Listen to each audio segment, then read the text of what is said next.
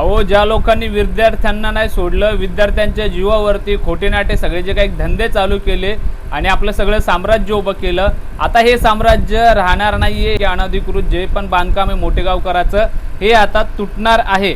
आणि अशा प्रकारची जी काही माहिती तुम्हाला सांगतो, लाखो रुपयांची फी वसूल करत कोचिंग क्लासेसमध्ये साम्राज्य उभे करणारे शिवराज मोठेगावकर याला नीट पेपर फूट घोटाळ्यात सीबीआयनं अटक केली. मोठेगावकरांनं मेडिकल कॉलेज किंवा शैक्षणिक संकुलासाठी लातूरच्या कोपेगाव शिवारात उभारलेली इमारत जी आहे ती बांधकाम परवाना न घेता अनधिकृत उभारल्याचं समोर आलंय. जिल्हा प्रशासनानं यामध्ये जसं की लक्ष घालत मोठेगावकरांच्या अनधिकृत बांधकामावर कारवाई करण्याचे आदेश दिले आहेत. मोठेगावकरला नोटीस बजावत तातडीनं या बांधकामाबाबत बांधकाम परवाना आणि इतर कागदपत्रे सादर करण्याचे आदेशही या ठिकाणी देण्यात आलेले आहेत.